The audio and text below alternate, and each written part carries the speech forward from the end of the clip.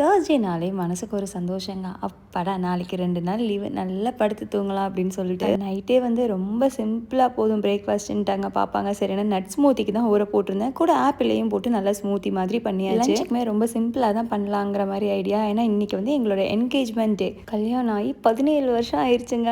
ஏன்னா நாளைக்கு வந்து எங்களோட வெட்டிங் அனிவர்சரி. நம்ம ஊர்லலாம் வந்து அந்த முதல் நாள் தான் நிச்சயதார்த்தம் மாதிரி வைப்பாங்க தெரியுமா. ஈஸிலாம் முடிச்சிருவாங்க. பட் ஒரு ஃபார்மாலிட்டிக்காக ஒரு என்கேஜ்மெண்ட் குட்டியாக வைப்பாங்கல்ல, அந்த டே தான். சரின்னு சொல்லிட்டு காலையில் ஜிம்முக்கு போகலான்னு கிளம்பி போனால் போகிற வழியில் என் ஃப்ரெண்டு ரொம்ப டயர்டாக இருக்கே, எங்கேயாச்சும் சும்மா ஷாப்பிங் மாதிரி சுத்த போகலாமா. கடவுளை இது முதலே சொல்லியிருந்தா நல்ல ட்ரெஸ் எல்லாம் பண்ணி வந்துருப்பேனே. நான் வாட்டில் ஜிம் ட்ரெஸ்ஸை போட்டு வந்துட்டேனே. சரி இதில் என்ன இருக்குது, நம்ம தானே அப்படின்னு சொல்லிட்டு சிம்பிளாக அப்படியே கிளம்பி போயாச்சு பக்கத்தில் உள்ள ஒரு ஒன்றியால் ஷாப்புக்கு. ஏன்னா அடுத்த வாரம் கண்டினியூஸாக ஒரு 2-3 சின்ன சின்ன பார்ட்டி வைக்கிற மாதிரி ஐடியா இருக்குது என்னோட ஃப்ரெண்ட்ஸ் அவங்க எல்லாருமே. ஸோ அதுக்காக தேவையான ஐட்டங்கள்லாம் வாங்குறதுக்காக தான் அந்த கடைக்கு போயிருந்தோம். எப்படி தான் கொடுக்காங்களோ இந்த ஒன்றியாலுக்கு, அவ்வளோ அழகழகாக இருக்குது. ஒரு பொருளையும் எடுத்துகிட்டு கீழே வைக்கிறதுக்கு மனசே வரமாட்டேக்கு. பிற கண்ட்ரோல் பண்ணிவிட்டு இது நம்மளுக்கு இப்போதைக்கு தேவையில்லை வை கீழே அப்படின்னு சொல்லிட்டு என்னைய நானே ஒரு மோட்டிவேட் பண்ணிட்டு வச்சுட்டு வந்தேன். அப்புறம் என்ன கடையெல்லாம் நல்லா கீழே மேலேயும் ஃபுல்லாக சும்மா அப்படியே சுற்றிட்டு கொஞ்சம் தேவையான பொருட்கள்லாம் வாங்கிட்டு நேராக பிரேக்ஃபாஸ்ட்டுக்கு ஹோட்டலுக்கு போகலான்ட்டாங்க.